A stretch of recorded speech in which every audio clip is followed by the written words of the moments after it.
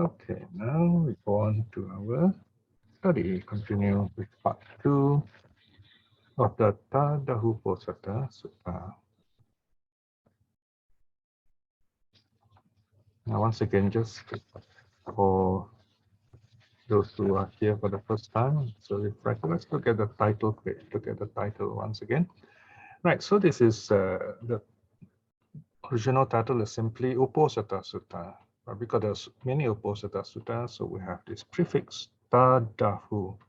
Tadahu means this day, this day. So this day, that is the observance day, right? And this is A Anguttara 3.70, the book of 3, Sutta number 70.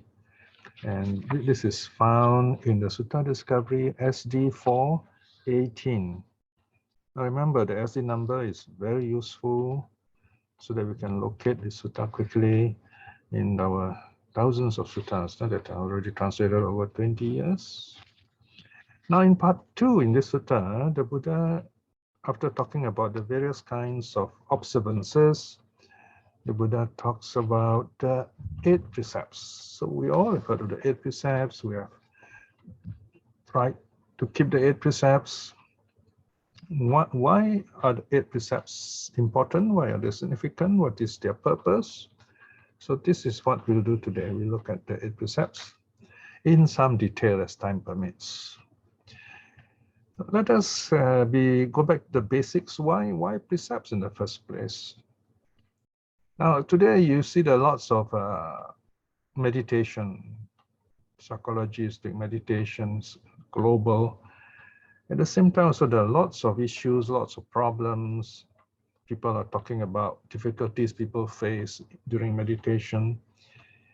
Because as meditation catches up with psychology, you find in modern psychology, they try to use meditation by itself, right? As if you can just meditate, maybe just vipassana only without anything else. And that's not the way intended by the Buddha. It doesn't work that way. In fact, it's risky. And now we begin to see the risks. In fact, very soon, when I finish this part of my essay writing SD 60.1c, I'll be working on a topic entitled The Pathology of Meditation, dealing with all the difficulties, even dangers. What are the things psychologists and specialists and doctors have noticed, the difficulties people face in long-term meditation? Normally, this kind of problems don't happen to the Buddhists. That's the interesting thing, right? It happens to those who only do the meditation isolated from Buddhism. So there's already a hint here. You cannot separate this meditation, no matter how much you modernize it, from the Buddhist context. It's a Buddhist practice. It's meant to be a Buddhist practice. So you cannot say, oh, we're just going to practice meditation without any religious significance. I mean, maybe, yeah, without religious significance, perhaps. But you cannot say without any Buddhist significance or without any teaching of the Buddha. And that's going to be problematic. Because meditation is only one of the 3 trainings. The second of the 3 training, if you remember. The 3 trainings summarize the whole of the Buddhist practice leading up to the very first stage of awakening. The first thing we have to cultivate is called moral virtue, sila. Sila refers to moral virtue. And this is what the precepts are about. Sila deals with our body. We must prepare our body for meditation. What is the body? The body includes, of course, our actions, physical actions, which are signified by the first 3 precepts: killing, stealing, sexual misconduct. So we have to close the 3 doors, protect this aspect of our body. Why? So that we don't create bad karma, meaning cause suffering to others, to ourselves, cause this potential for future suffering. But in meditation, this unwholesome aspect comes back by way of thoughts.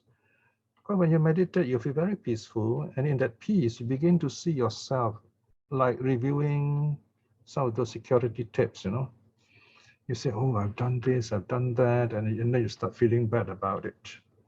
You start feeling guilty about it, and that will distract you because those are thoughts, really heavy thoughts. That's one way how this bad karma come back to haunt us, distract us, and you can't meditate because of that.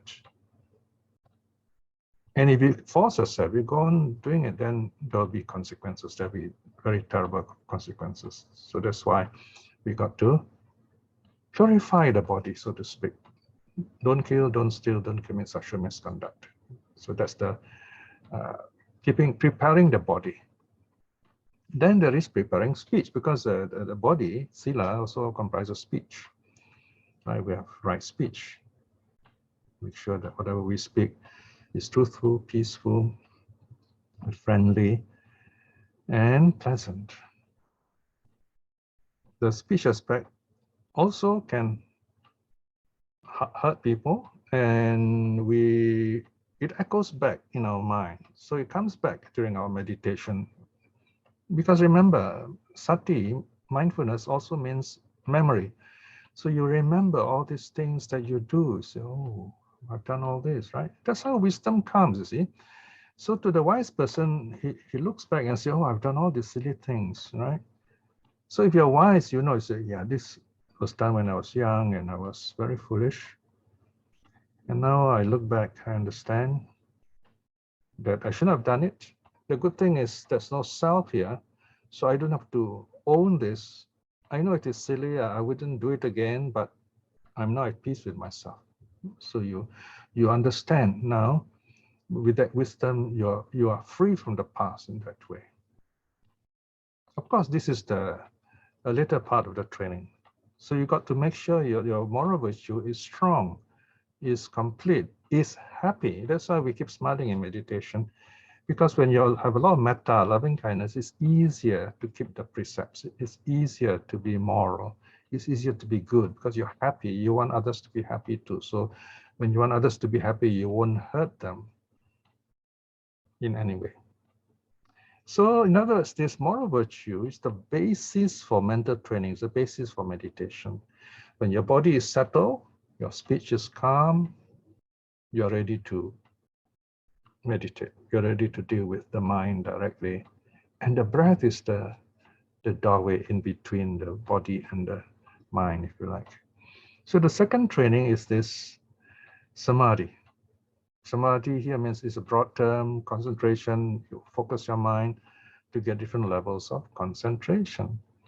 Concentration here refers to gradual letting go of the body, of being driven by the five senses: seeing, hearing, smelling, tasting, touching, right?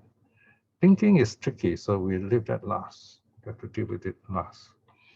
So we close our eyes, we sit very still, right? So all these are part of letting go of our sensing, so that we don't connect with the world for a while during our practice. But these five senses connect us with the world. We are dealing with the world. We're all the time processing things from outside. So we just want to stop doing that for a while. We want to take a holiday, so to speak. We just want to get back into our home. The mind is our home. It's called Oka in Pali. It's the mind for the home for consciousness. We go back into this home to sort things out, so to speak, to be at peace with ourselves. We can only do this properly when our moral virtue is strong. So the moral virtue is like this, the walls and the roof, the foundation of this home of ours. Then we sit inside, we can meditate peacefully, safely, effectively. So that is samadhi, where we let go of the world, let go of the senses, so we become more and more focused, more and more at peace with ourselves. So we notice how moral virtue helps us. And then with that peace, the mind becomes clear. That's when we can reflect on impermanence. Impermanence becomes very clear because we are not distracted. Our mind is clear, calm, ready to learn. So when we reflect on anything, on suffering, on difficulties in the world, we say, oh, okay, there's this is the nature of life. There is suffering everywhere, and there is this condition to this suffering. You begin to see all these things very clear. So that's the wisdom aspect. And then you're happy because you understand all this. So it goes back. You become joyful and you're able to meditate and so on. So the three trainings help you in this way. So here we can see how clear the context of moral virtue is, right? So the 5 precepts are the minimum moral virtue for Buddhists, because it's not, the Buddha didn't invent the 5 precepts. The 5 precepts are called natural morality, yeah. So because the 5 precepts are universal. If you go anywhere, you talk about the 5 precepts, you find sensible people, wise people will agree with you. Yes, we value life, number 1, first precept. Number 2, we value property. Number 3, we value our person, our freedom, self-respect. Number 4, we value truth. And number 5, we value our mind. So there you are. The 5 precepts are not pure invention, ritual, or practice, not at all. It's natural morality. It's the way the world is. You want to be at peace with the world. These 5 precepts are what needs to be upheld.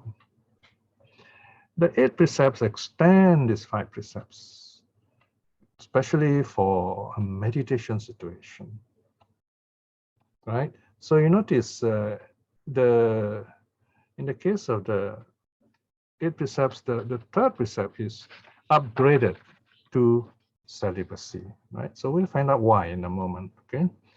And so there are the 8 precepts, in other words, is to prepare us for this retreat-like moment, especially on that's what the Uposatha day, the observance day is for. You observe moral virtue, you live like arhats, right? And you recall the Buddha, recall the Dhamma, recall the Sangha, and you practice just like those arhats did in the past. So how do we do this? Let's look at the 8 precepts one by one now. And there's a lot of beautiful surprises are coming in here. We're not just talking about precepts, we're also talking about the benefits of precepts. So let's look at it step by step, right? So let's look at page 214, the laity's noble observance. So now it's called noble, Arya, because when you keep these 8 precepts, the benefit will be, it leads you, it points you in the direction of the path, the Eightfold Path. So if you practice the 8 precepts properly, and then you reflect on the nature of impermanence, and then you add in the wisdom aspect also, you attain stream winning in this life itself, because of all this wonderful threefold training is in place. All right, let's look at the 8-limbed observance. There are lots of notes there. Do read them on your own. Section 9.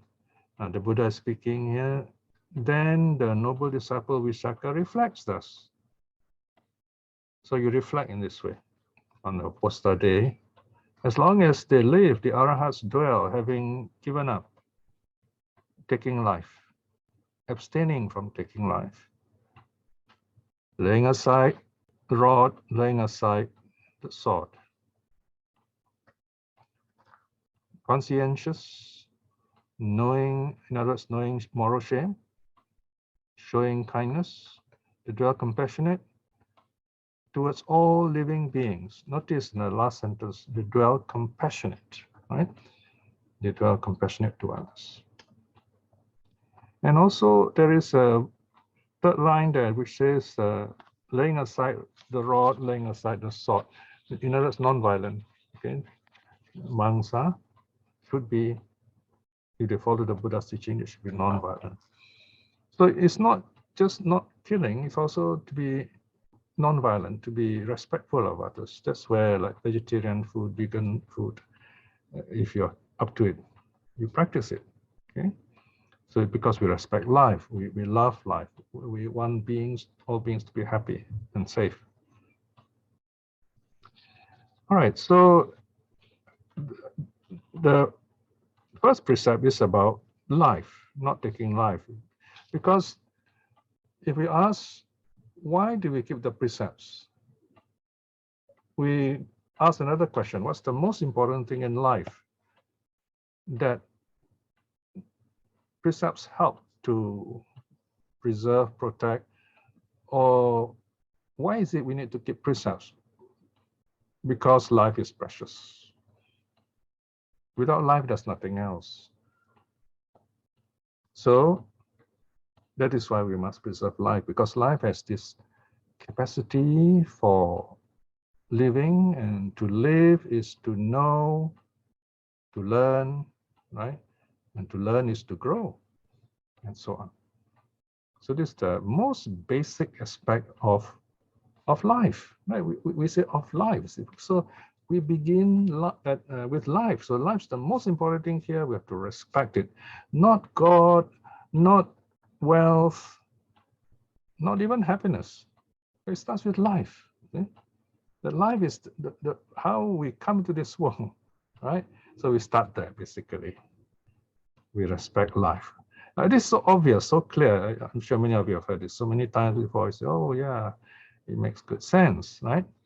So here, we are doing this, emulating the arhats. We say, oh, okay, these arhats, they have done this before, so we are also doing this. It's not something new, right?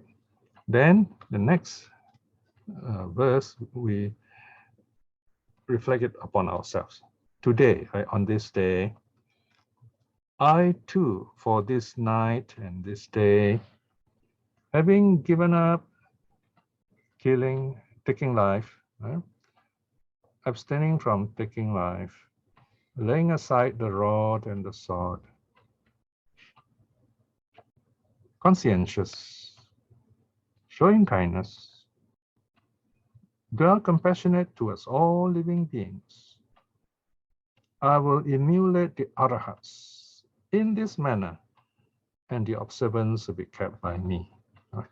So here you picture the arhats do it naturally. The arhats don't just do it on Uposatha Day. The arhats by nature, they live respecting life.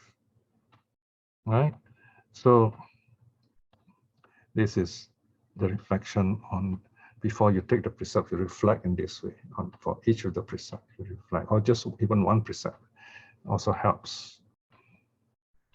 So here is where we don't think about what will happen after that. Right? We say we will try our best. No, we often like to think of the small, unimportant details, right? How I do it and so on. Here you say, I will try my best. And this is a precept day situation. So in other words, you got to, I mean, you're doing at home, you keep your house clean and ready, then you find it's easier to practice, right? And of course, that's the day you have to switch off your phone, or you tell your friends, I'm going to observe a precept today, okay, that's one way you can do it at home. Or better still, you can go away to some suitable place like a center or a suitable temple where there are others who understand your precepts, who keep the precepts. Of course, you can also observe this by yourself, okay, in a quiet place. So you're on retreat, and you can do your meditation. You can also study the suttas. So that day you dedicate to this peaceful life of non-violence, of respecting life, right? So this is how we look at the first precept, right? So because we want to emulate, follow the example of the arhats, for whom the precepts are a natural daily part of their life. So that is the first precept, right? Now let's look at the second one, the second precept, against taking the not given. Section 10. As long as they live, the arhats dwell, having given up, taking the not given, abstaining from taking the not given, accepting only what is given, expecting only what is given. dwell not by theft, but by a mind of purity. Notice the last line, the mind, the spirit of it. So here we tell ourselves, these arhats, their whole life, they naturally live like this. They only take what is given. So this arhat, if they walk, they see $100 bill on the road, they won't pick it up, see? Right? But of course they can say, if you are near there, say, look, there's a $100 bill there, all right? It might not say anything, it might point it to you, and then that's your good karma, okay? So you can have it, and they'll just smile at you. So they won't take what's not given, all right? And they will keep it that way, and they only accept what is offered them. Now imagine that these arhats, if they're not monks, they're layman arhats. So nobody is going to give them food because no one knows they are an arhat. How do you know who's an arhat? You don't have to wear a badge. You don't go around giving a business card and say, hey, I'm an arhat. Okay, you do get people online, so now they declare the arhats. I don't think anyone takes them seriously. So it's not something we declare, right? So this is where, of course, from the Buddha, we know there are arhats, and they live this kind of life. They are noble beings, and we like to live that kind of life. We emulate them. We are not them, but we want to live like them, following their example. So in that sense, we are taking the not given, all right? Of course, here, if you practice the precepts together in a group, it's easier. The teacher is there telling you what to do, and the conditions are such. You are doing your meditation, so you don't have to worry too much about breaking the precept, right?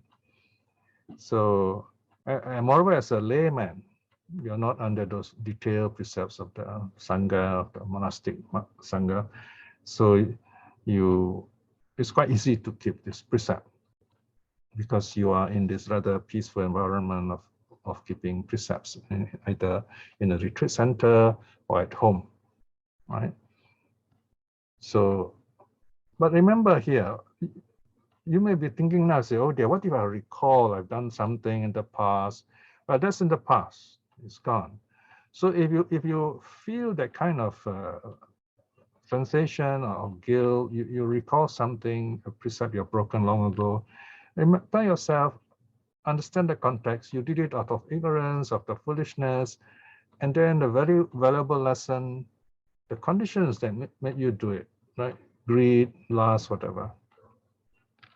So now you know, now you're wise. So you say, I'm not going to do it.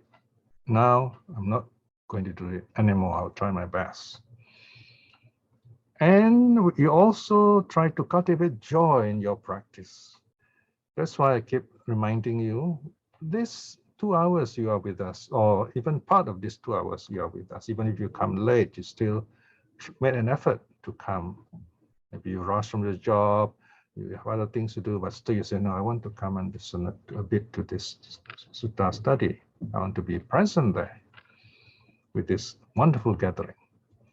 So then at the end of it, or another time, you recall, you say, okay, during this study on the Uposatha Sutta, I spent the time reciting the precepts. I practice some meditation, I listen to the teachings, and throughout the session, I've kept the precept. That you think in that way, that is a sila anusati, recollection on the precepts, on moral virtue, and you feel happy, and you build up your practice that way, okay? So this is the second precept, all right? Now let's go on. There's a bit more to read. It says, I will emulate the arhats in this manner, and the observance will be kept by me. So again, you're reminding yourself, all these things, I'll follow the example of the arhat. Okay. All right, so that's the second precept. Now let's look at the third precept. Okay, the third precept is special now, so it's slightly different. It's very different from the normal third precept of the 5 precepts. The normal 5 precepts, Panchasila, is Kamesu Michachara Veramani. Okay. Now, Kamesu usually translated as sensual pleasures, but in this case, it refers to sexual misconduct because the word Michachara is there, so Kamesu Michachara. Because it's not just involving yourself, it involves other people also. Notice in the case of the precepts, it always involves other people. Precept number 1 against killing is killing other people, killing other beings. Precept number 2 is taking the not given, taking what belongs to others, right? And then precept number 3, respecting others, because if you don't respect the body of another, then you break the precept, you break the third precept, right? Of course, in marriage or in partnership, people who love and care for each other, they have consensual sex. They love each other as an expression of their love.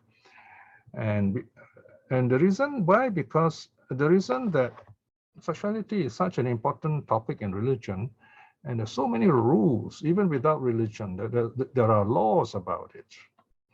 In some countries, the laws can be very strict, right? It's because there are consequences, right? You get babies. And when the child is born, you got to take care of the child. It is a living being, right? So the first precept is involved there. You got to protect this living being. Not only to protect this living being, you got to raise this living being properly, happily. And if you don't have this environment and you have this immoral relationship with someone else and you have this baby, it's very difficult to raise such a child. This child will not be happy, and this child will be suffering, and this child will go on to do bad things in the future. So you're going to have another bad character. And in a sense, we are responsible for this. We could have given a happy start to this person, but we didn't. So there is this duty, if you like, the social duty, this human duty and responsibility, because there are consequences to sexuality, acts between a man and a woman. So we respect this ability to bring forth life. Of course, there is another aspect, the economic aspect. You have to hand down property to others. How do you do this properly, right? So the simplest way is you hand it down to your children. So if this is done by everyone, then you have this kind of order in society. The property is handed down properly, is properly kept, the house is properly kept and continued to be taken care of, so that community will be happy and prosperous, and the whole country also will be happy and prosperous in that way. So in moral virtue, you see, we are not just individuals. You see, yes, we are individuals, but we interact with others, and how we interact with others affects the whole situation, the community, the country, and in the end, even the world, right? So you can see the significance of it in that way. And we're only talking about sexuality here. We're talking about the third precept, right? So the third precept, we respect the person, we respect the other person's person. In the third precept, we are reminded that even in a married life, you know, we don't have, in Buddhism, we don't have this idea that, oh, the man has a right to the wife, you know. So you cannot tell the wife, when I tell you what to do, you have to follow me. They are, in a sense, equal humans, kind of balanced, kind of socially balanced, and they're very happy and interactive and loving of each other. Of course, you have to learn to care for each other. We don't use this kind of moral blackmail against each other, right? So we don't, for example, use sex as a weapon, but we show this expression of love the most joyful expression with this partner of ours. And remember, we are all born out of this joy and love of our parents. And that's a very important thing to remember. And so this is something we have to teach our children and others. So this is a human responsibility, a human goodness, our humanity in the precept. So this, when it comes to 5 precepts, it keeps our society stable, happy, prosperous. In other words, even as laymen, we can still enjoy sensual pleasures within the 5 precepts, respecting others, respecting our family, and so on. So there is a category in the Visākhā Sutta, the Buddha says, in the last category of lay people, of his disciples, there is this group of disciples who are called Kama Bhogi, who enjoy sensual pleasures. And they are stream winners, and yet they enjoy sensual pleasures. Here is because the stream winners enjoy sensual pleasures within the 5 precepts. They can be married, they're businessmen, some are kings, and so on. So you notice there's a place for the lay people also with family, who can still attain stream winning once returning. Then when you want to go beyond that, then you have to observe the rule of celibacy. Now comes this big important question. How is this so? How can we understand this? Now we go back to what I've said earlier. Is this most private act between 2 people called sex is what brings samsara into existence. It brings society into existence. So we have to be very responsible for this action of creating life, right? So here, this is where the Buddha gives us an opportunity, a chance to go the other side, an alternative lifestyle, if you like. You don't have to do this if you don't want to, if you're ready. You can renounce the world. To renounce the world means to renounce sex. Because if you have sex and have children, then you're no different from the world, right? So a monk or a nun will not have children. So if they really understand the nature of the Vinaya and the Dhamma practice, they have nothing to do with taking care of children or businesses and breaking the Vinaya, basically. So this is a choice we make, a happy choice, meaningful choice, a noble choice. We say, I want to dedicate this life to being happy in a higher sense, like the arhats. So this is where we take up the rule of celibacy. Celibacy means no sex at all of any kind, right? So this is a monastic celibacy as taught by the Buddha in the Vinaya. We keep to the rule of sex-free life. Why? So that we can focus our mind completely in meditation.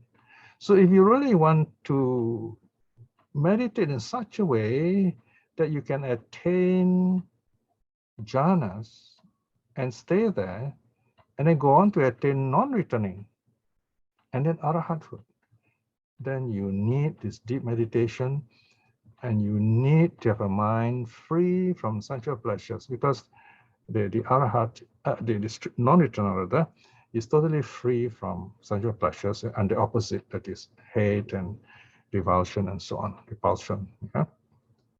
So in order to attain jhana, you have to abstain from sexuality, because sexuality involves all the senses, the whole body, and this mental energy all goes into the body. So it's going to be very difficult for you to get real jhana. You may think, wow, it's very nice, it's a nice feeling, it's like jhana, but it's body-based. It's body-based, and you're going to lose that joy after a while. Whereas in deep jhana, in deep meditation, you go totally beyond the body, and this jhana is completely body-free. It frees you from the body, and it lasts for a much longer time after that, and it brings you wisdom also. So this third precept regarding celibacy, the life of purity like an arhat, like the Buddha, is to prepare us for a retreat, for meditation, for mental training, so that we can meditate better. This is to bring down to earth for you and I why we keep the precept of celibacy as part of the 8 precepts. So that much I can tell you for the moment. We are reaching 9 o'clock, so I'll take a break here. I'll come back and finish up with the other precepts. Thank you, Piya. We'll take a 5 minutes break now. Okay. I think we can start. Okay. We'll continue. Now we've gone to the 4th precept, against false speech. Notice it's very similar to the 5 precepts, except the 3rd precept changed to the rule against incelibacy. And then the 4th precept is the same, section 12. So this is the reflection we do for the Uposatha day, full moon, new moon day, or any day. We want to keep the 8 precepts. As long as they live, the arhats dwell, having given up false speech, abstaining from false speech, speaking the truth. The truth is their bond, trustworthy, reliable, no deceiver of the world. Okay, look at these 3 beautiful lines. You know, one of the things I notice, many Buddhists, many local Buddhists in Malaysia and Singapore break is this precept. I think one reason is because most of our leaders are businessmen. So businessmen, they're not very strong with this precept of right speech. You know? So sometimes you don't know they're telling you the right thing, the truth or not, right? So and very often we can't take them seriously because they don't speak the truth.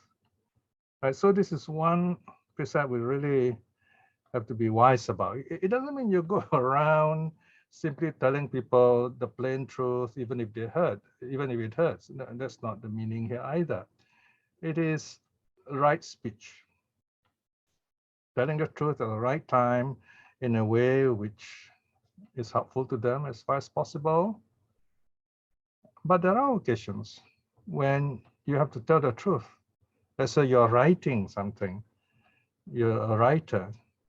You write only nice things, and you find you don't help to change things. You have to write the real truth in such a way it is clear, with all the reasoning, with all the possible effects, and explain how to correct this, basically following the 4 Noble Truths. So right speech is very important. So this is the 4th precept, right? So we begin by abstaining from false speech. But here there is this 3rd line, speaking the truth.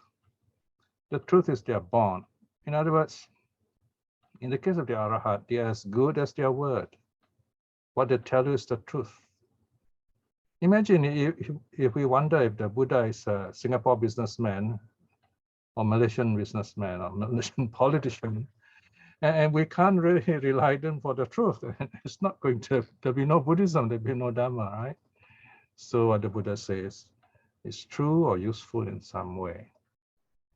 Speaking the truth is their bond.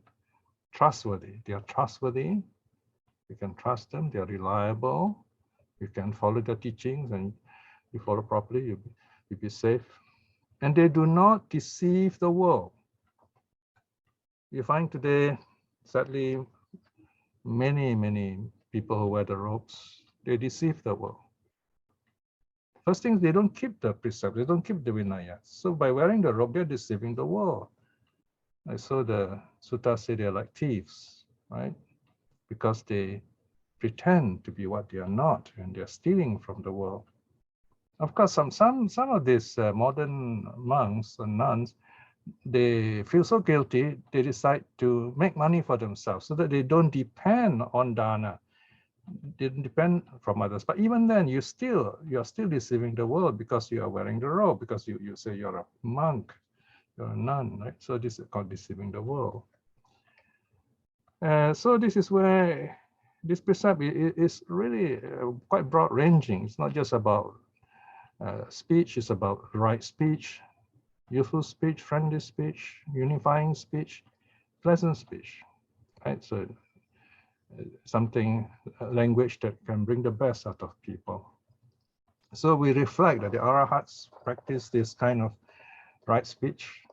So today on this full moon, new moon day, today, I too, for this night and this day, having given up false speech, abstain from false speech. Speaking the truth is my bond, trustworthy, reliable, no deceiver of the world. I will emulate the arhats in this manner, and the observance will be kept by me. The last line means it is possible to keep this precept. I have the arhats as example. Now let's look at this first line again. Today I too, for this night and this day. Notice the phrase is this night and this day. Not interestingly, traditionally, in the Buddha's time, the observance day starts with the previous evening, with sunset, previous evening. That's why it's called this night. So you don't take dinner the previous night before the full moon, new moon, and then you practice to the whole of the next day. I suppose it ends with sunset the following day. So this is how they did in the Buddha's time. Apparently in our place, maybe outside India, they start with dawn, like we say Visākhā dawn and so on. So you finish with dawn the following day. Right? So as long as you keep to that 24-hour idea and you understand the spirit of the precepts, that would be good enough. All right. So this night and this day means that. Yeah. So keep to the spirit of the practice. All right. All right. Now let's look at the fifth precept now. Okay, fifth precept is the same as the fifth precept of the 5 precepts. And this is the fifth precept of the 8 precepts against heedfulness. So this is where we see the 8th precept as an extension of the 5 precepts for lay practice. Look at section 13. As long as they live, the arhats dwell, having given up strong drinks, distilled drinks, fermented drinks, the basis for heedlessness. Abstaining from strong drinks, distilled drinks, fermented drinks, the basis for heedlessness. Look at these 3 lines again. You know the Pali words properly, right? Sura meraya majja pamadatthana. So that's the underlined words. All right. So all the types of drinks I mentioned, the sura is strong drinks. Sura means strong. Meraya, distilled drinks. In Thailand, we say merai. Meraya is actually refers to beer. Right? So that's a modern translation. And then majja. Majja is something which is fermented, like fermented drinks. So another way of looking at this is 3 grades of strength of the drinks, right? They intoxicate in different ways.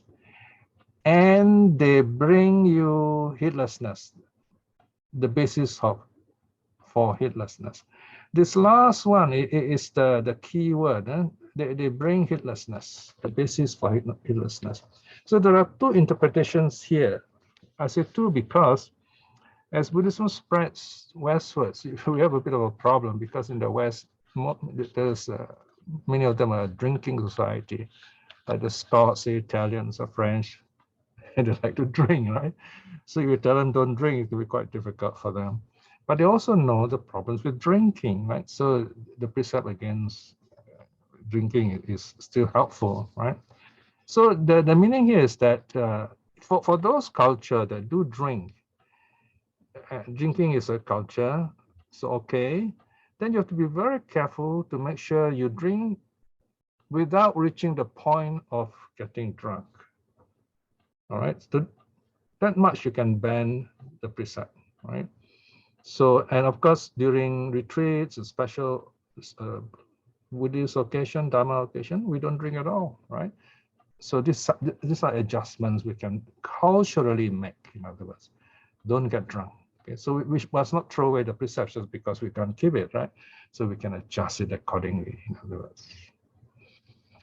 So that's how we reflect on the arhats, and then we make that asseveration, we make that determination.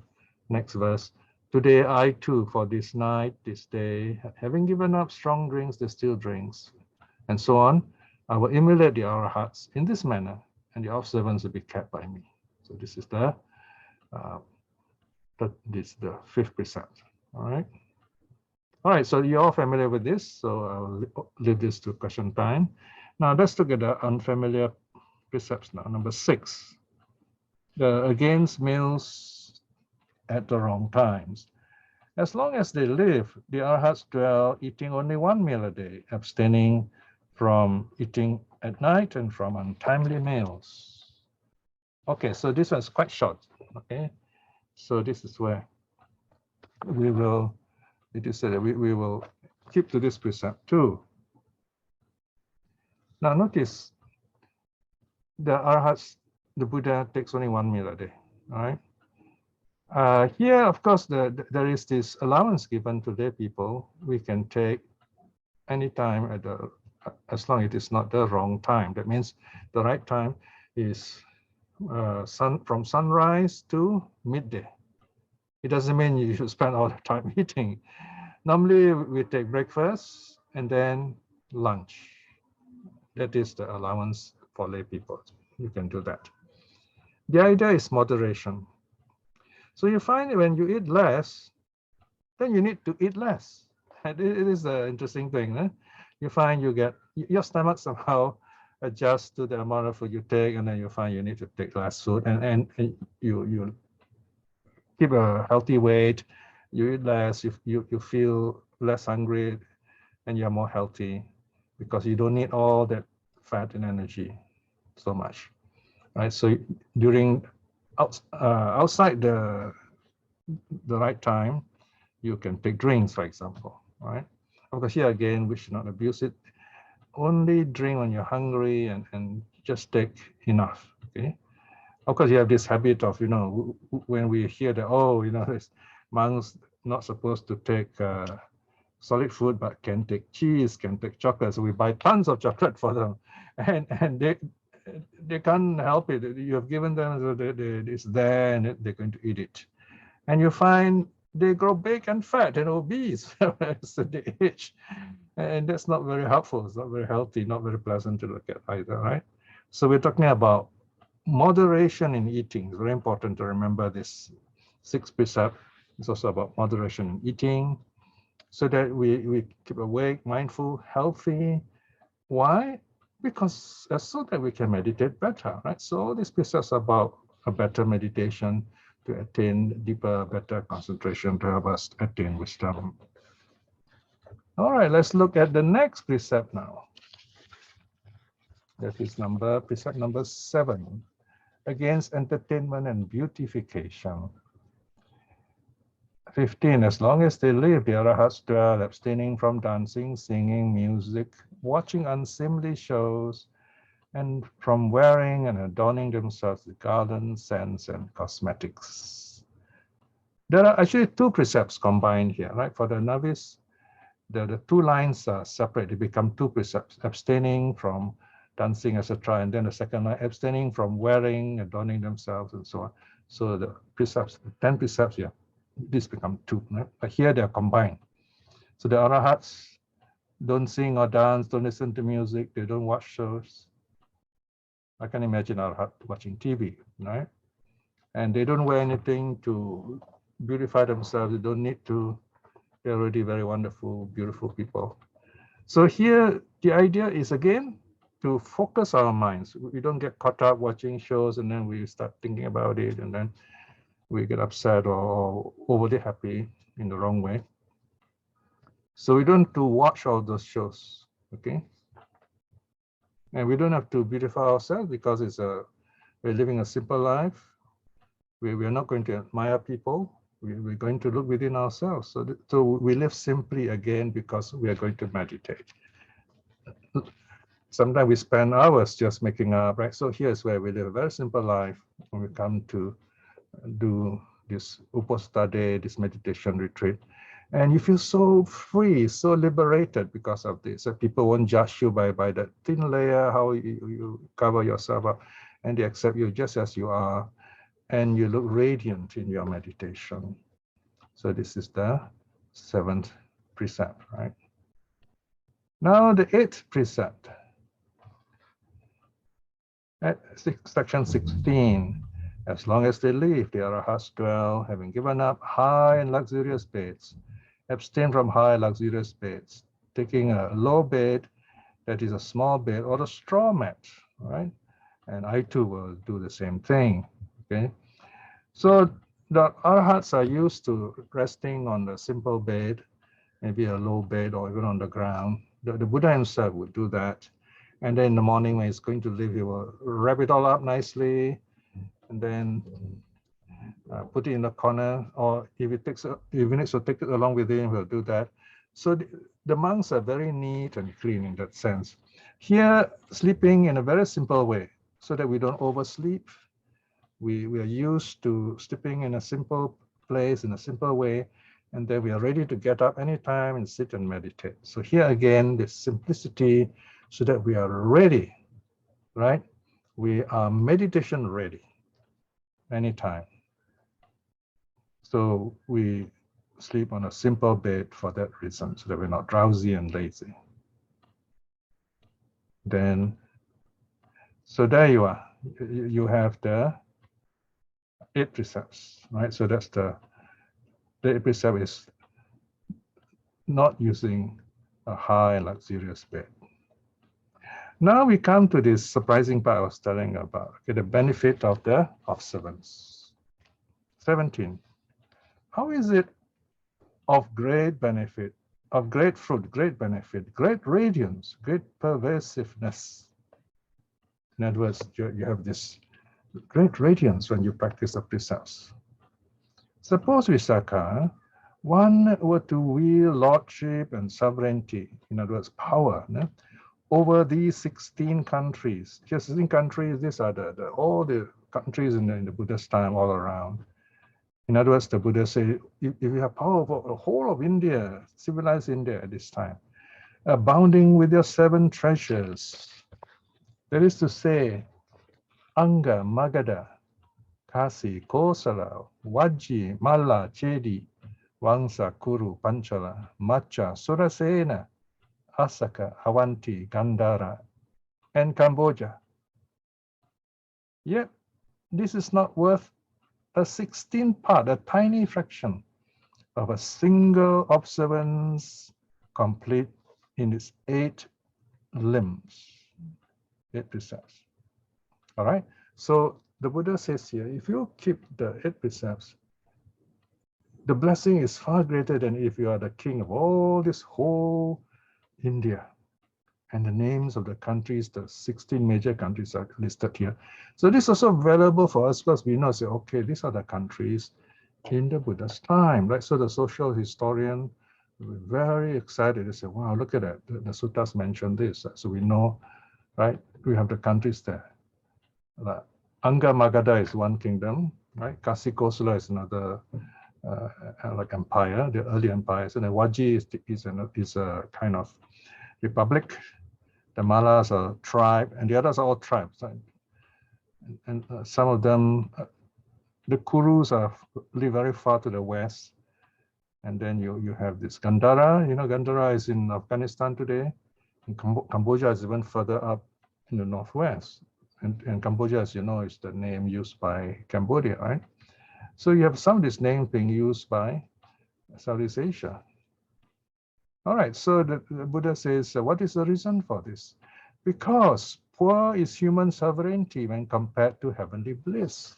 So you compare the happiness of even a human king, it's much less than the joy in heaven. So here the Buddha is saying, you get this heavenly blessing if you keep the precepts, right? If not for, in other words, you're able to get out of the worldliness. Even when you keep the precepts, you're living like the the gods themselves. And now the Buddha goes on to talk about this amazing time scale of the joy that it is these gods enjoy. Look at 18, Visākhā. For the devas of the 4 great kings, 50 human years is but a single night and day. Okay, look at this first. If you are good in maths, you know at once what this means. 1 day and night in heaven of the 4 great kings. This is the lowest of the heavens now. It's still in the sense world. 50 human years is 1 day and 1 night there, right? So in other words, we live 50 years, it's just 1 day, 1 night in the heaven of the 4 great kings. 30 such days make a month. 12 such months make a year. 500 such celestial years are the lifespan of the devas of the 4 great kings. So I leave it to imagine how long this lifespan of this devas of the 4 great kings are the lowest of the heavens, and they are supposed to serve the next level of this Tawatingsa. Okay, that's the section 18. All right, section 19 rather. Before that, there's a bit more to read. 18.2. It is possible, Visākhā, for a certain woman or man here, notice woman is mentioned first, a woman or man, having kept the observance complete in his 8 limbs, after death, when the body has broken up, to be reborn in the company of the devas of the 4 great kings. It is in reference to this that I have said that human sovereignty is poor compared to heavenly bliss. So the joy of giving the precepts is wonderful. It's far greater than even if you're the king of the whole of India, civilized India at that time. So notice here, the Buddha is talking to the worldly person, right? Of course, when you study the sutta, you look at it, you say, oh, I know what the Buddha really means. It's talking about meditation, actually, right? So you can read in between the lines here. So this is the way of reading suttas, right? Now, section 19, Visākhā, for the devas of Tawatingsa. This is Sakra's heaven. A single night and day there is that of 100 human years. Okay, that means double the lifespan of the previous realm. Notice, 1 night and day is 100 human years. And then the rate is the same. 30 such days make a month. 12 such months make a year. But the lifespan is also double the previous lower heaven. 1,000 such celestial years. Remember, celestial years, heavenly years, is the lifespan of the Tawatingsa devas. There's actually a story here about this Tawatingsa deva. So their 1 day and night there is about 1 lifespan here. So there's the story of this deva who was who has queens around. They all happily enjoying themselves in the garden, plucking flowers in the trees. Then one of the queens, her karma ripened, and then she passed away just like that. And poof, she disappears. Devas, that's how devas pass away. And she's reborn on earth. Now the story goes that she recalled her past life as a Devi. And so she wants to be born again, back in that heaven with a husband who's a Deva also, in Tawatingsa, Sakra 7. So she kept the precepts, she led a moral life, but of course she got married, she has children and so on. And then she did marriage. She lived just a bit less than 100 years, then she passed away. And true enough, she's reborn back in Tawatingsa heaven. She passed away in the morning, and she's reborn in the evening. And then the husband was looking for her and then found her, she's reborn, she reappears. You know, these devas, they reappear just like that, like a young person where they used to exist. And then the husband found her and said, hey, you know, I was looking for you whole day, where are you? And then she tells the story. So this story is told to us in the Dhammapada commentary to remind us that human life is very short. So you better use it to keep the precepts, live a good life, and so on. So all these teachings are put in the Deva's mouth. The Deva says, wow, these humans are living such a short life. I hope they know what the right things to do. So here we're talking about relativity of time. right? So in the Tawatingsa heaven, the lifespan is 1,000 celestial years. All right. So again, the reference is the same, 19.2. It is possible, Visākhā, for a certain woman or man here, having kept the observance complete in its 8 limbs, 8 precepts, after death, when the body has broken up, to be reborn in the company of Tawatingsa Devas. It is in reference to this that I have said that human sovereignty is poor compared to heavenly bliss. Heavenly bliss is much better than even being the king. Now we come to section 20. This is the next step higher in the sensual heaven, Yama heaven. For the devas of Yama, a single night and day there is that of 200 human years, so double the previous one. 30 such days make a month, 12 months make a year. 2,000 such celestial years are the lifespan of the Yamadevas. So these Yamadevas live even longer, double the time of the Tawatingsa Devas. So it is possible for those who keep the precepts, they do it properly with a calm mind and so on, that when they pass away, they be reborn. This kind of heaven. So this is the Yama heaven, the third of the sensual heaven. Now you come to the fourth of the sensual heaven, section 21. Visākhā, for the devas of the Tusita, heaven of the contented, a single night and day there is that of 400 human years. So one night and day there lasts even longer, the value is even longer. 30 such days and a month, 30 such days makes a month, and 12 such months make a year. 4,000 such celestial years are the lifespan of the Tusita Devas. So the Tusita Devas live even longer still, right? So if you keep the precepts well, you can be reborn in that kind of heaven. Then 22, you go one more step higher, one more, still the next sensual heaven. We're still in the sensual. Visākhā, for the devas of Nimanarati, those who delight in creating. So these gods are so powerful, they can use their mind to create things, even worlds. No? A single night and day there is that of 800 human years. 30 such days make a month, 12 such months make a year. 8,000 such celestial years are the lifespan of the devas of Nimanarati. So these devas are very long life, right? And those who keep the precepts, they can be reborn there if they want to, right? And then you come to number 23, the next world, section 23. This is the highest of the sense world. Visākhā, for the devas of the Paranimitta Vasavati, those who lord over the creation of others. These devas are so powerful, they don't even have to create. They order the gods below them to create. A single night and day there is that of 1,600 human years. 30 such days make a month, 12 such months make a year. 16,000 such celestial years are the lifespan of the Paranimitta Vasavati Devas. So the Buddha said, one who keeps the 8 precepts properly can be reborn there, because the joy that you get is far, far better than any of the, even that of the worldly king. So then the Buddha's comparison ends there. He closes with the verses. Okay. Look at verse 24. One panang hane na jadinang adi musa na basa nacha majaposiya abramacharya vilameya metuna ratina bunjaya vikala bhojana. So there's a series of precepts.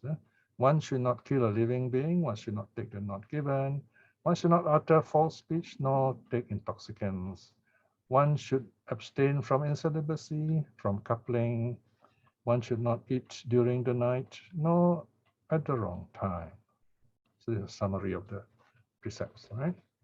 Then Malang nadareya nacha gandang achare manche chamayang wa sayita santate etang hi atangikang ahupos atang budena Dukanta gunang prakasita. One should neither wear garlands nor use scents, in other words, perfume here. One should sleep on just a small bed, a mat on the ground. This is the observance of the 8 limbs declared by the Buddha for the end of suffering. Chando cha suryo cha ubo sudasana. Abasayang anu pariyanti yavata. Tamo nudate pana antalikaga. Nabe pabasanti disa virochana. The sun and the moon, both beautiful to look at, shedding their radiance where they cause their way, scattering the gloom as they move in the open sky. The heavens light up, radiant in all the quarters. Itasming yang wijati antare danang, muttang maning veluriang chabadakang, singgi sawanang atawa pi kancanang, yang jata rupang had takanti wuchati.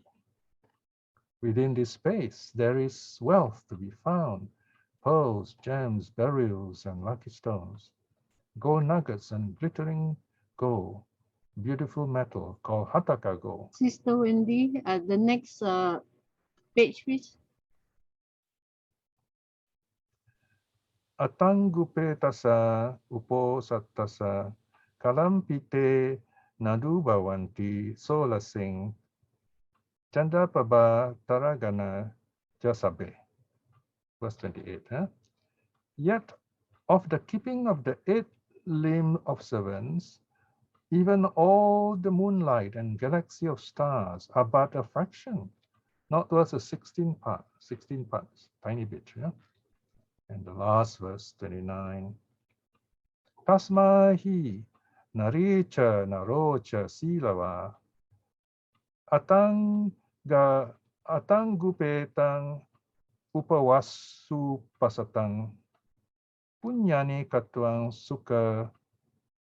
sukudrayang anindita sagang upenti tananti.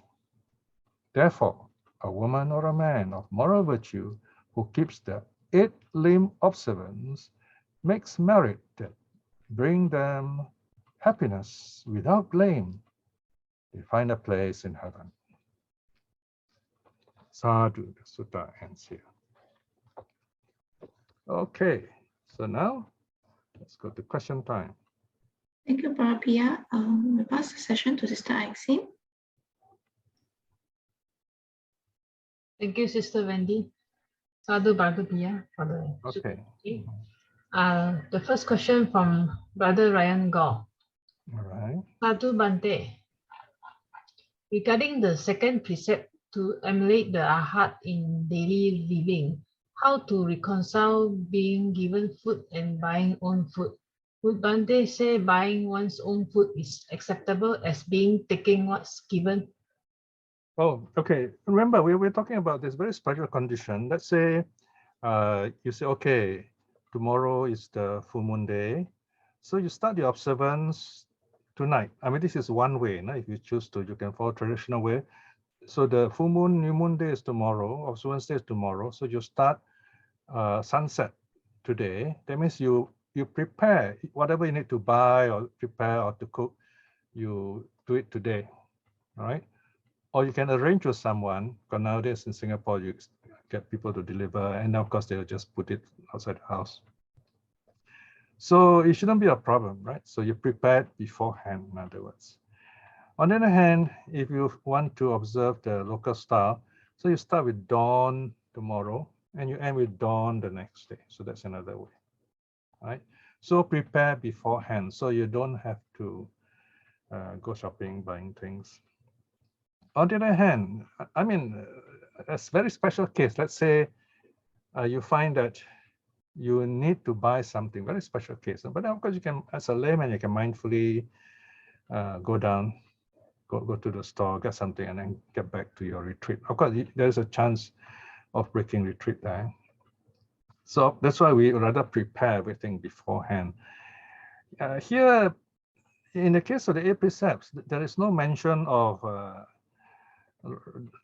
jata, rupa, rajata, or of not handling money and so on. It is the 10 precepts of the novice, right? So here it's a bit more flexible, but still it's good to be mindful and prepared so that you create this ideal environment for meditation. That's what it's about when you give the 8 precepts. Prepare ahead, okay? All right. Thank you. Next question. The next question from Brother Ryan Gore. Mm-hmm. I don't give false speech, but I don't lie. This could be for good intent, given sensitivities of the people around me, or for pure encouragement. Am I holding the precept? Say that again, the first part. The first part is I don't give false speech, but I don't lie. This could be for a good intent, given sensitivities of the people around me, or for just a pure encouragement. Okay. Are those exact words, Ryan? That's correct? No, what I meant to say was, I'm not giving false speech, telling the truth. I'm not lying. I'm not telling the truth. Neither lying nor telling the truth. Yeah, I'm just okay. Withholding the truth, yeah, withholding the truth is different. Okay. Then again, remember, it's intention here. Karma is intention. Why do we hold the truth? Are we withholding the truth because we want to hurt people? Then it's bad. On the other hand, we want to say something because we know it'll hurt somebody. Then it's all right, because the intention is not to hurt anyone. So the intention is very important. Sometimes that is why, even teaching Dharma, we have to be careful not to teach at the wrong time, which people may misunderstand. It's also dangerous, especially when they're driving, you start talking to them, so they might not be mindful, So this mindfulness, knowing the effect of it, saying just enough, even withholding the truth at the right time because they're not ready. It's not that it's not lying. The Buddha sometimes withhold the truth because, for example, the king was very sad, the wife died, he would be very upset if he was told that the wife is reborn in a suffering state. So the Buddha waited until the right time to tell the king when the karma is passed and then the queen's reborn in a happy state. So knowing how to say the right thing at the right time is important too. Not to tell the truth to hurt people or they will understand it wrongly. It doesn't mean lying either, because if lying, okay, this thing called white lie is a bit tricky here, right? Here, under special circumstances, let's say a life is in danger, and then you tell this person, I'll do my best to help you, but you know that you can't. But you want to save this life, so you have to decide. You say, wow, here, if I allow this person to die, this karma is terrible. So you say out of kindness and out of good intention, certain things you want to do, but you're not able to do that, okay? So it's still a lie, but you have helped this person in a bigger way.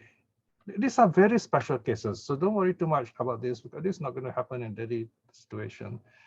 So what we're saying is the precept is flexible. You got to decide for yourself.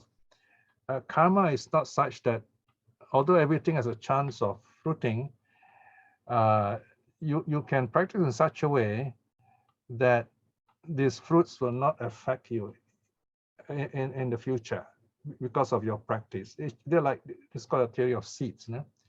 Every time you do a bad deed, a black seed drops into the bottle, and the many seeds go dropping.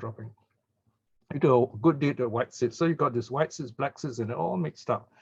But I think most of you have lots of white seeds. So the white seeds will predominate, and the black seeds are very unlikely to come up. Right? So we want to keep it that way. But of course, when there is some turmoil, there's some shake-up, you find, wow, the black seeds will come up. And then we feel the effect of it. So we don't want to get into that kind of situation. So karma is something like that. Okay, yes. Next question. Thank you, Brother Piya. The next question from Brother Maya Upal. Yes.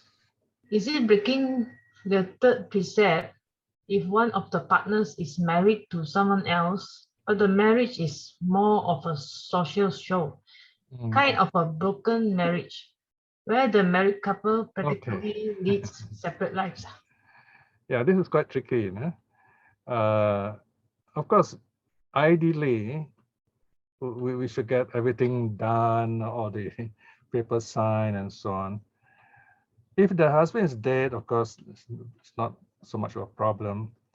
If the marriage is null and void, all right, yeah, then you have to decide for yourself. Again, here, as I said, this is the borderline. So you have to decide for yourself. How far will you go, all right? So if you think that there's really totally no marriage there, and you feel that you're right in doing it, you decide for yourself. Very important, don't quote me, okay? Because we don't answer such question, you can or you can't, or, we don't have, like in the Catholic Church, I mean, a monk will not sign a paper, you're hereby certified, you can go ahead with your affair. And then you say, okay, I got this piece of paper, I can do what I like. There's no such thing. You have to decide for yourself, weigh carefully, examine it. And when you know you can work together and this person will be happy and so on, you decide what you're going to do. And this part is very important. So you should understand the precepts properly and then responsibly decide what to do. All right. So in other words, out of love, sometimes you may not be afraid to do something which is right for both of you. So you decide for yourself in this sense, yeah? Okay, next question. Okay, thank you, Brother Piya. No more, at the moment, there's no more question in the chat box. Sure.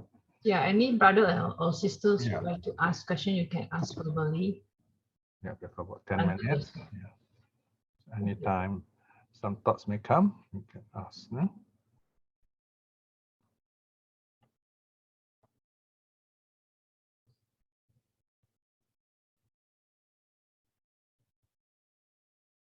So meantime, there are lots of notes in the sutras on your own. Do read up, look at the footnotes, and you find some interesting information there, especially on the relativity of the time span in the various universes.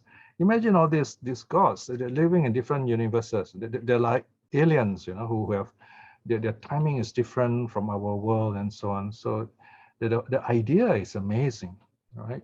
So if you are into science fiction and you watch all those stories, you can understand what the Buddha is talking about. And of course, Einstein will say, oh, okay, this is interesting, right? Relativity of time.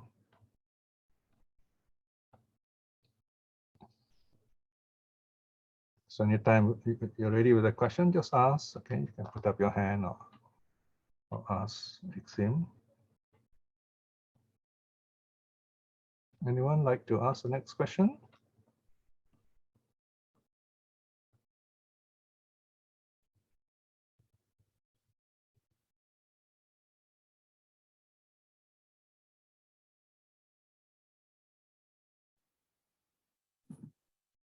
Bhante, Yes. the on the issue of lifespan, on the other extreme is the lifespan of the animals and so on, and they are supposedly much shorter. Correct.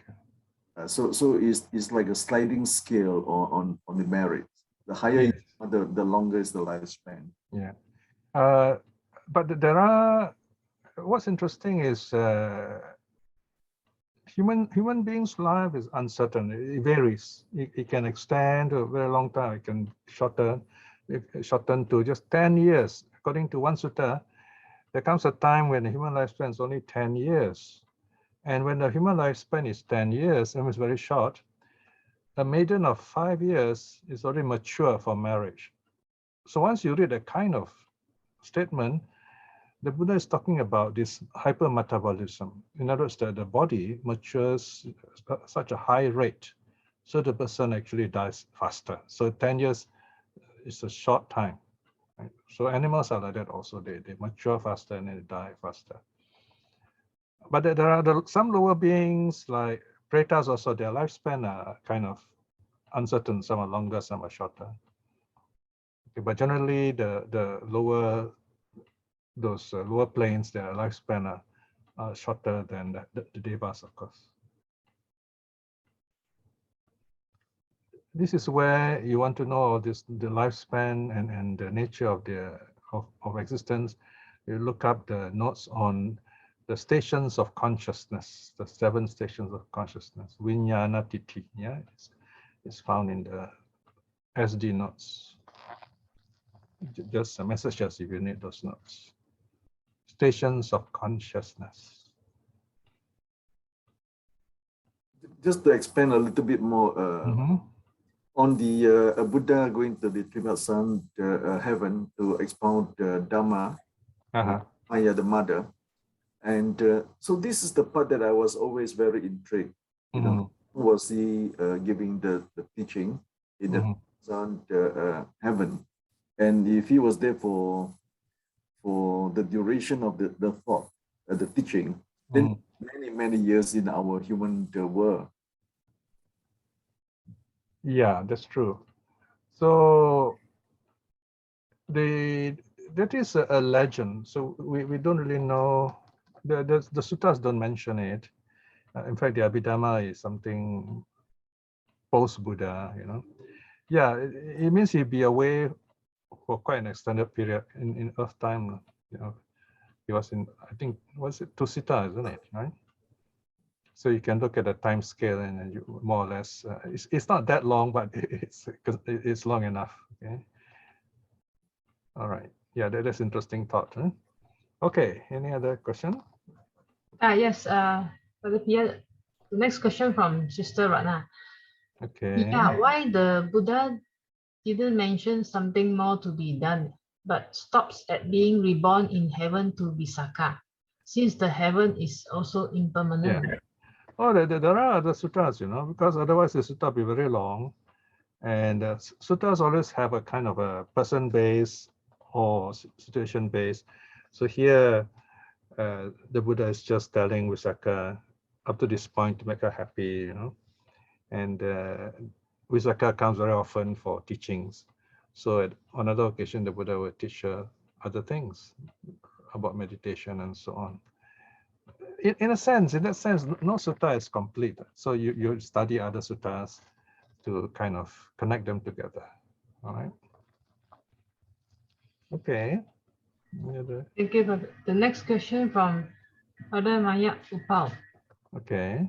If I may ask on an unrelated topic, can there be enlightened beings in other spiritual or religious traditions?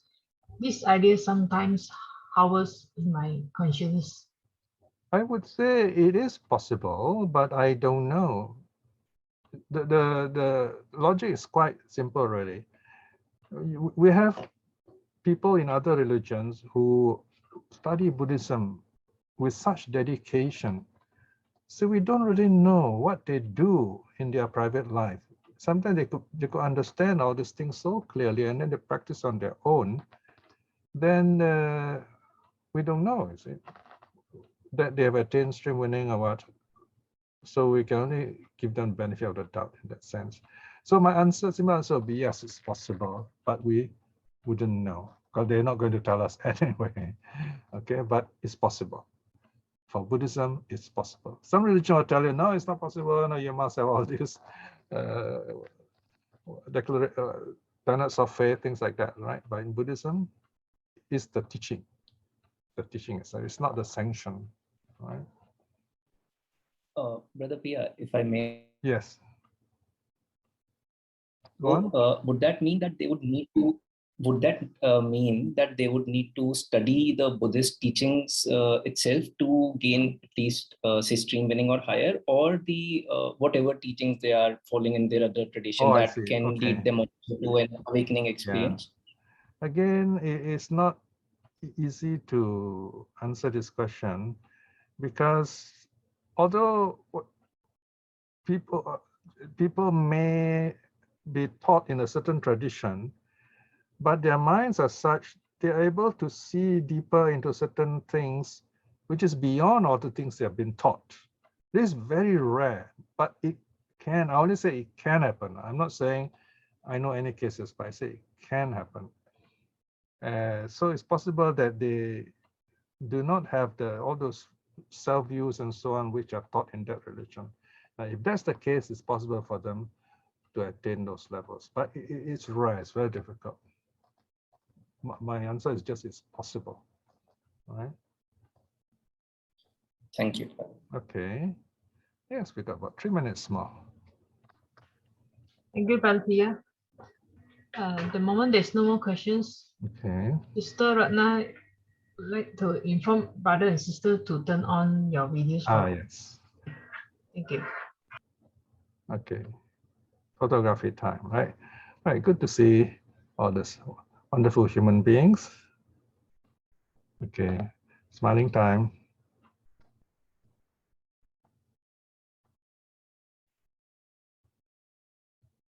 Okay. Right. That's good. Yeah, Sumita, photo, please.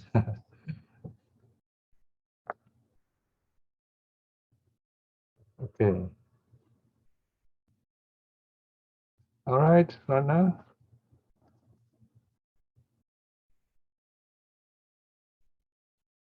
Okay.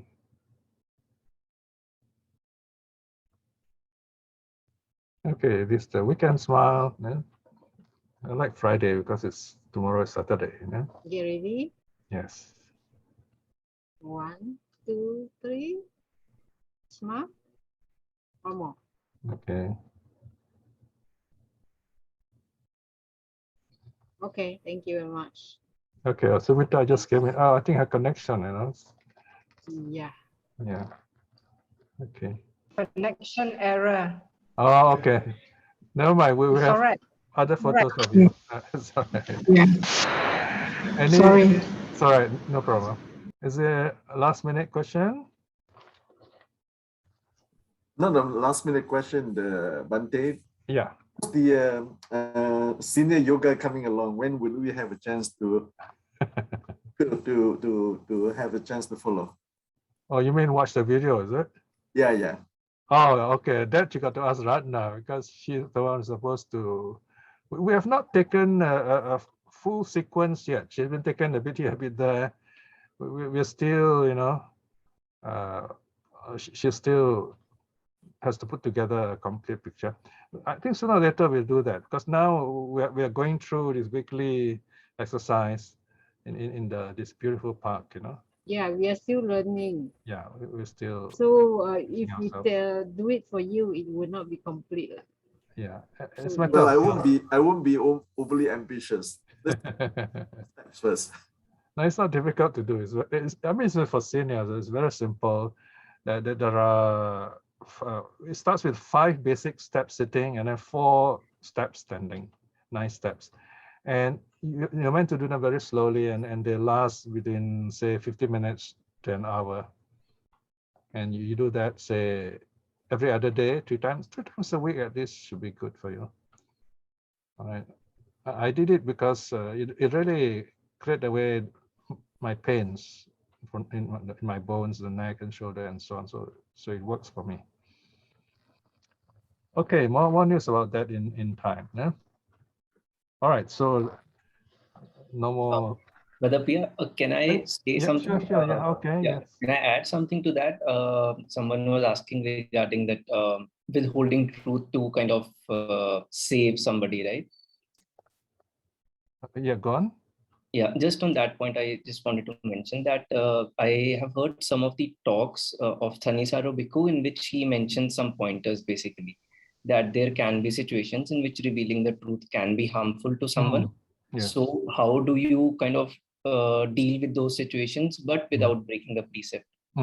So this was just coming to my mind. So I thought of just sharing it in case it may be. Right. So how did he answer it?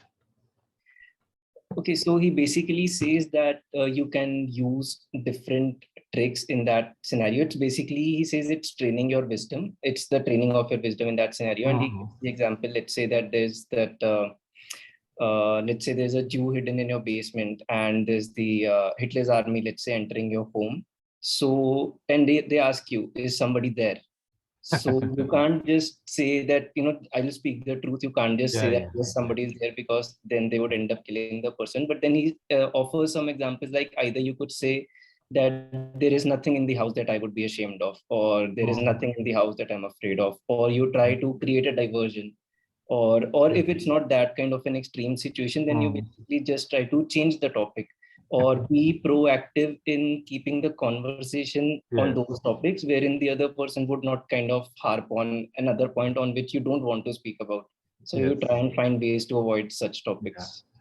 That is why we have Jataka stories, and Buddha tells various stories, is to prepare us for situations like this, so that we are sharp and keen-minded.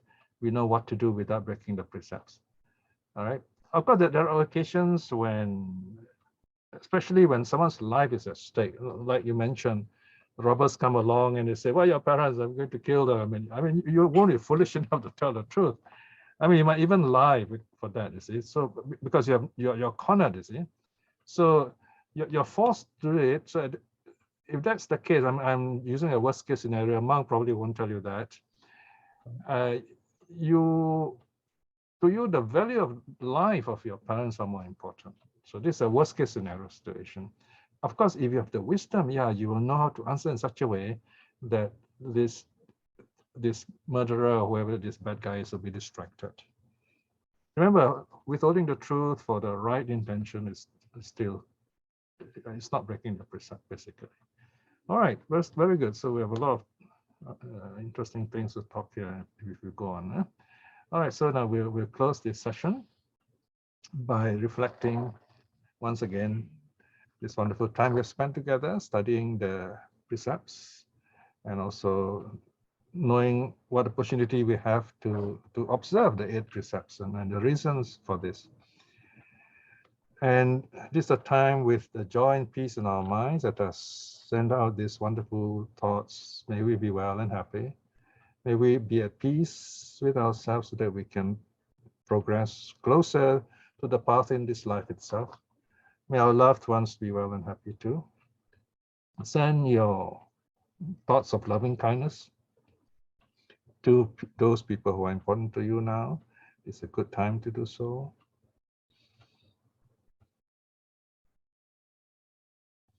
And let us close by showing our gratitude to the 3 jewels, the Buddha, Dhamma, and Sangha. Arahang Samma Sambuddho Bhagava Buddhang Bhagavantang Abhivademi. Bow down. Swakato Bhagavata Dhammo Dhammang Namasami. Bow down. Supatipanno Bhagavato Savaka Sangho Sanghang Namami. Bow down. Sadhu, sadhu, sadhu. Right, so another sutta done. May you all be well and happy. So have a good weekend, everybody.